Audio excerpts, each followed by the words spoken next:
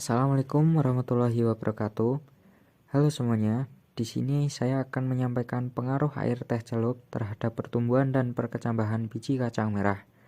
Sebelumnya, perkenalkan kelompok kami yang beranggotakan saya sendiri yaitu Ariel Bima Putra Randiansyah sebagai pembuat PPT, dan kedua Dinda Salsabila sebagai pembuat PPT, ketiga Marisa Nurjanah pembuat PPT, dan Muhammad Satrio Wicaksono sebagai pengamat objek penelitian.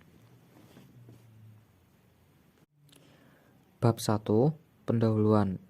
Yang pertama ada latar belakang, kedua rumusan masalah, 3 tujuan penelitian, 4 manfaat penelitian.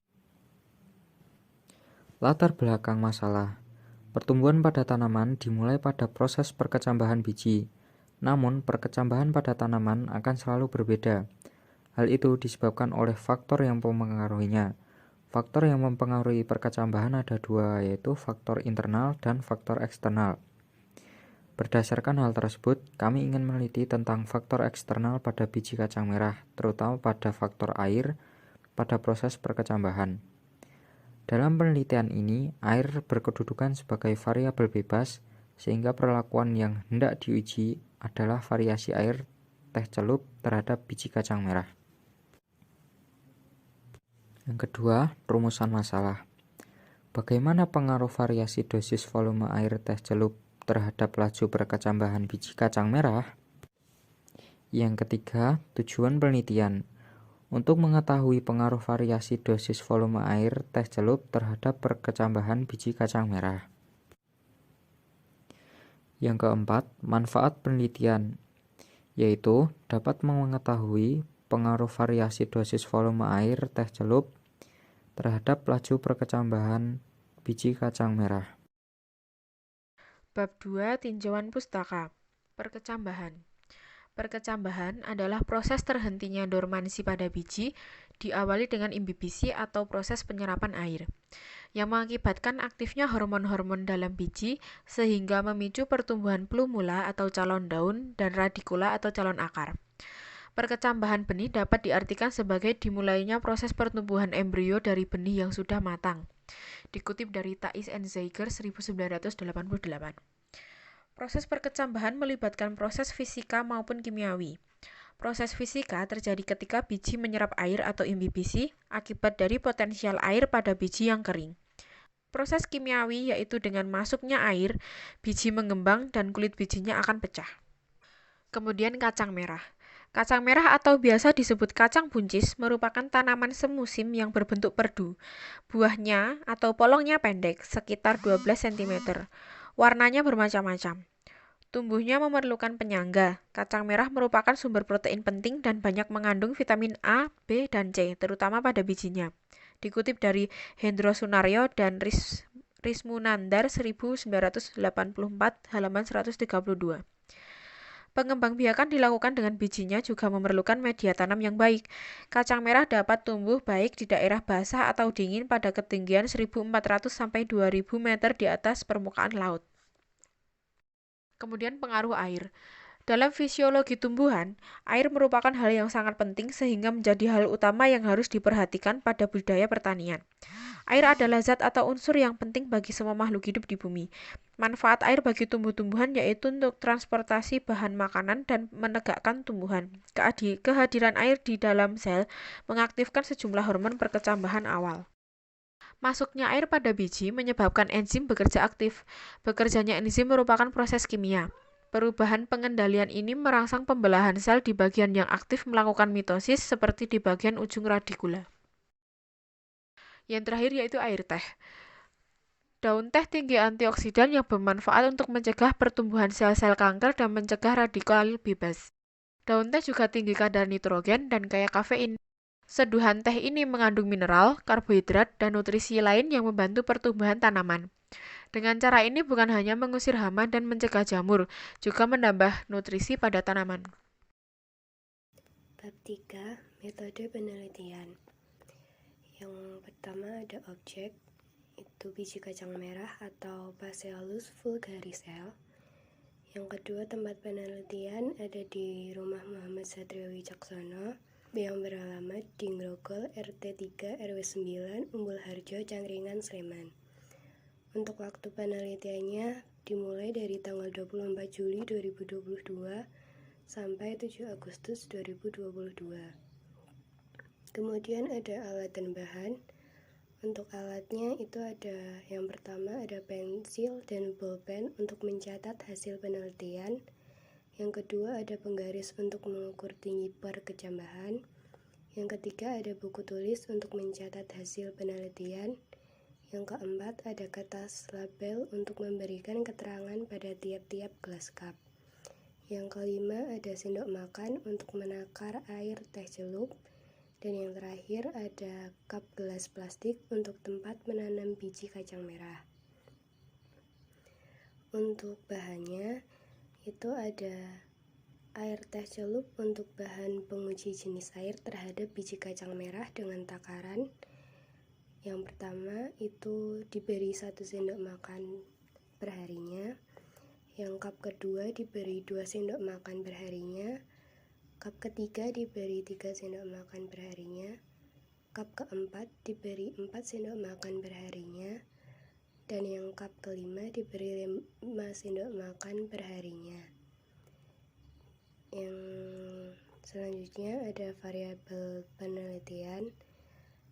Yang pertama variabel bebas, yaitu variasi jumlah volume air teh celup di setiap wadah yang berbeda perharinya, yaitu 1 sendok makan untuk cup pertama, 2 sendok makan untuk cup kedua, 3 sendok makan untuk cup ketiga, 4 sendok makan untuk cup keempat, dan 5 sendok makan untuk cup kelima. Kemudian ada variabel terikat, yaitu tinggi kecambah dan panjang batang, jumlah daun, serta kondisi fisik kotiledon pada laju pertumbuhan perkecambahan biji kacang merah. Yang terakhir ada variabel kontrol, yaitu biji kacang merah, 2 lembar kapas, tempat penanaman biji kacang merah berupa cup gelas plastik, jumlah volume air teh celup dalam setiap cup gelas plastik, waktu pengamatan selama 14 hari, dan waktu pemberian air setiap hari. Yang terakhir ada cara kerja. Yang pertama menyiapkan alat dan bahan yang telah disebutkan. Yang kedua memilih kacang merah yang berkualitas baik atau tidak membusuk dengan cara direndam dalam air biasa selama 15 menit. Yang ketiga, memberi tanda pada masing-masing cup gelas plastik untuk dimasukkan kacang merah. Yang keempat, memasukkan masing-masing 2 lembar kapas wajah dan 5 buah biji kacang merah pilihan ke dalam cup gelas plastik. Yang kelima, menyiram biji kacang merah tersebut dengan variasi jumlah volume air teh celup di setiap wadah yang berbeda. Yang keenam, menunggu beberapa hari hingga kecambah muncul. Dan yang terakhir, melakukan pengamatan selama 14 hari untuk melihat laju pertumbuhan dan perkembangan biji kacang merah. Bab 4. Pembahasan. Berdasarkan pengamatan yang telah dilakukan untuk mengamati pertumbuhan dan perkecambahan biji kacang merah yang dipengaruhi oleh variasi dosis air teh celup, diperoleh hasil dengan rincian sebagai berikut. Pada cup yang pertama, untuk hari yang pertama dan yang kedua, belum tumbuh batang dan belum muncul daun, namun radikula atau calon akar sudah mulai muncul. Untuk hari ketiga dan keempat, akar sudah mulai muncul dan batang sudah tumbuh sekitar 1 cm, namun belum tumbuh daun. Untuk hari yang kelima dan keenam, akar mulai muncul cabang-cabang. Batang sudah mencapai panjang 2,5 cm dengan kotiledon yang sudah mulai muncul ke atas. Untuk hari yang ketujuh dan ke-8, cabang akar bertambah banyak, batang mencapai tinggi 12,2 cm dengan kotiledon semakin tumbuh ke atas dan mulai muncul daun 2 helai. Untuk hari yang ke-9 dan ke-10, akar yang bercabang bertambah dengan serabut-serabut akar dan ujung akar tumbuh memanjang. Batang mengalami pertambahan panjang hingga 19,7 cm dengan jumlah daun 4 buah. Untuk hari yang ke-11 dan 12, akarnya semakin membesar dan cabang akar memanjang selaras dengan pertambahan panjang batang menjadi 25,1 cm dan jumlah daun bertambah menjadi 5 buah. Untuk hari ke-13 dan ke-14, rambut akar semakin lebat dan akar tetap semakin bertambah panjang. Tinggi batang di hari ke-13 dan ke-14 ini mencapai 36,2 cm dengan jumlah daun tetap sama yaitu 5 buah. Berikut adalah dokumentasi kami terhadap cup gelas nomor 1. Kemudian, untuk cup yang kedua, untuk hari yang pertama dan kedua, belum tumbuh batang dan belum muncul daun. Namun, radikula sudah muncul. Untuk hari yang ketiga dan keempat, akar sudah mulai muncul dan batang sudah tumbuh sekitar 1,5 cm, namun belum tumbuh daun. Untuk hari yang kelima dan keenam, akar mulai muncul cabang-cabang dan batang sudah mencapai panjang 2,8 cm dengan kotiledon sudah muncul ke atas. Untuk hari yang ketujuh dan ke-8, cabang akar bertambah banyak dan batang mencapai tinggi 10,9 cm dengan kotiledon semakin tumbuh ke atas dan mulai muncul daun 2 buah. Untuk hari yang ke-9 dan ke-10, akar yang bercabang bertambah dengan serabut-serabut akar dan ujung akar tumbuh memanjang. Batang mengalami pertambahan panjang hingga 18,6 cm dengan jumlah daun yang tetap sama yaitu 2 buah. Untuk hari yang ke-11 dan ke-12, akarnya semakin membesar dan cabang akar memanjang selaras dengan pertambahan panjang batang menjadi 23,3 cm dengan jumlah daun menjadi 3 buah. Untuk hari yang ke-13 dan ke-14, rambut akar semakin lebat dan akar tetap semakin bertambah panjang. Tinggi batang di hari ke-13 dan ke-14 ini mencapai 25,5 cm dengan jumlah daun bertambah menjadi 4 buah. Berikut adalah dokumentasi kami mengenai cup gelas nomor 2. Kemudian, untuk cup yang ketiga, untuk hari pertama dan kedua, belum tumbuh batang dan belum muncul daun. Namun, radikula sudah muncul dan berkembang pesat. Dan untuk hari yang ketiga dan keempat, akar sudah mulai muncul dan mulai tergenang oleh air, dan batang sudah tumbuh sekitar 2 cm, namun belum tumbuh daun. Untuk hari yang kelima dan keenam, akar tidak bertambah, batang sudah mencapai panjang 4,1 cm, dengan kotiledon yang hanya tergenang air teh celup tanpa ada progres ke atas. Untuk hari yang ke-7 dan ke-8, akar semakin membusuk, batang mencapai tinggi 5,7 cm, dan kotiledon tidak tumbuh ke atas dan masih tidak muncul daun. Untuk dari hari yang ke-9 sampai hari ke-14, kecambah biji kacang merah sudah mati, membusuk karena tergenang air teh celup. Berikut kami lampirkan dokumentasi kami mengenai cup nomor 3. Kemudian untuk cup yang keempat, untuk hari pertama dan kedua belum tumbuh batang dan belum muncul daun, namun radikula sudah muncul dan berkembang sangat pesat. Sudah muncul akar, bahkan cabang akar juga sudah muncul. Untuk hari yang ketiga dan keempat, akar semakin panjang dan mulai tergenang oleh air teh, dan batang tidak tumbuh, namun belum tumbuh daun.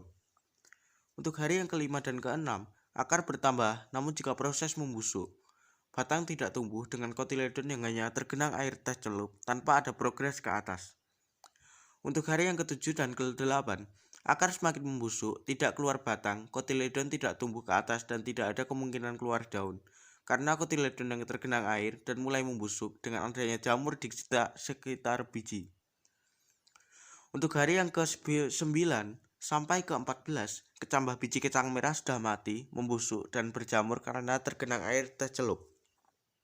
Berikut ini adalah dokumentasi kami terhadap cup nomor 4.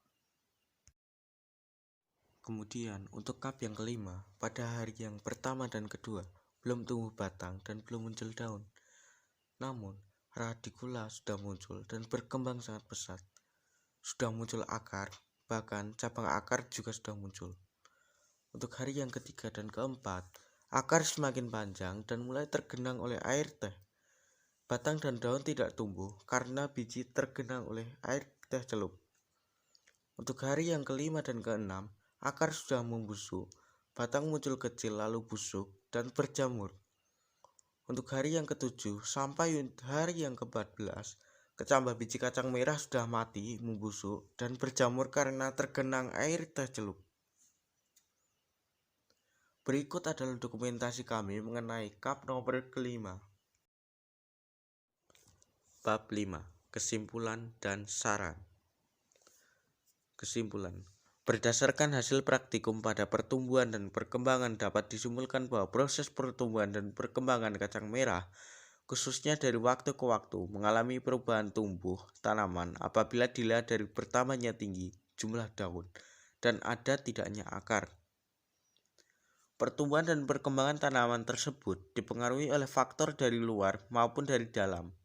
Faktor dari dalam berupa hormon dan gen, sedang faktor dari luar yaitu cahaya matahari, suhu udara, kelembapan udara, nutrisi, dan air.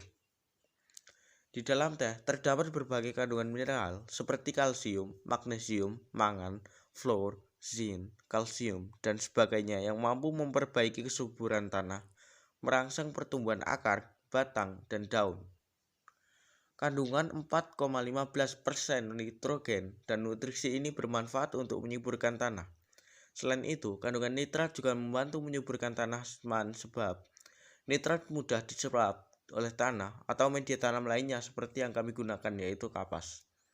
Namun, dalam air, teh mengandung flavonoids yang mengakibatkan beberapa biji kacang merah tidak tumbuh. Saran.